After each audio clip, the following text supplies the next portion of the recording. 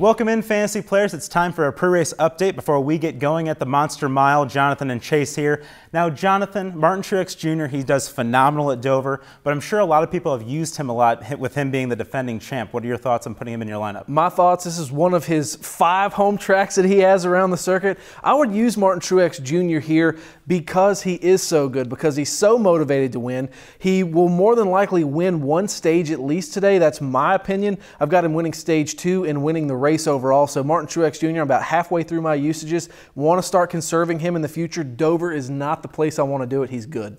Well, let's focus our attention to Kyle Larson now. He's the pole sitter. He's come so close to winning at Dover, but hasn't gotten it done yet. What are your thoughts on him?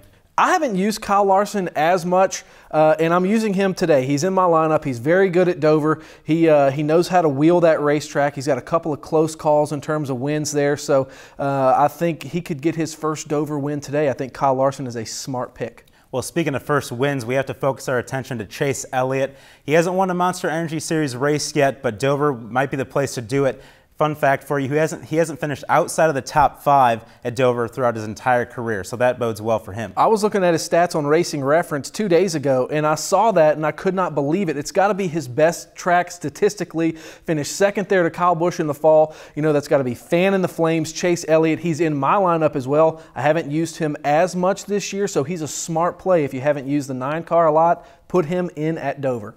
Now let's focus on a couple forwards here because they've been so strong this year, but they're really not on the radar as much at Dover this weekend.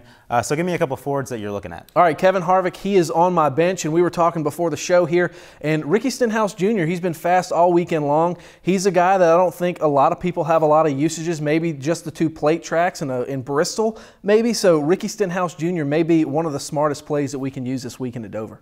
Well, now it's time to set your lineups before engines fire at Dover, and be sure to tune into the race at 2 p.m. on FS1. Good luck.